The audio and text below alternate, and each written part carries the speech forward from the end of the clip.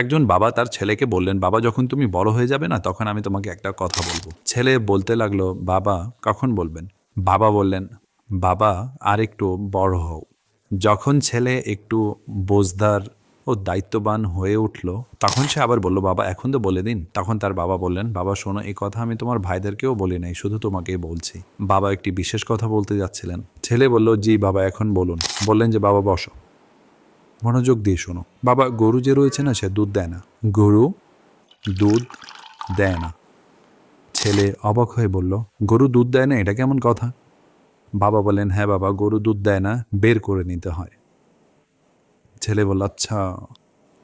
এই কথা বলে বাবা ছেলেকে একটি গভীর জ্ঞানের কথা বুঝিয়ে দিলেন যে, বাবা, টাকা এমনিতে আসে না, টাকা উপার্জন করতে হয়। কাজ তোমার কাছে আসবে না, কাজের সন্ধান তোমাকে করতে হবে। অর্থাৎ তার বাবা একটি জ্ঞানের কথা বলে তাকে দায়িত্বশীলতা কি তা বুঝিয়ে দিলেন। যে বাবা, কিছু করতে হলে পরিশ্রম করতে হবে, পরিশ্রম করলে দুধ পাওয়া যাবে, অন্যথায় দুধ পাওয়া যাবে না।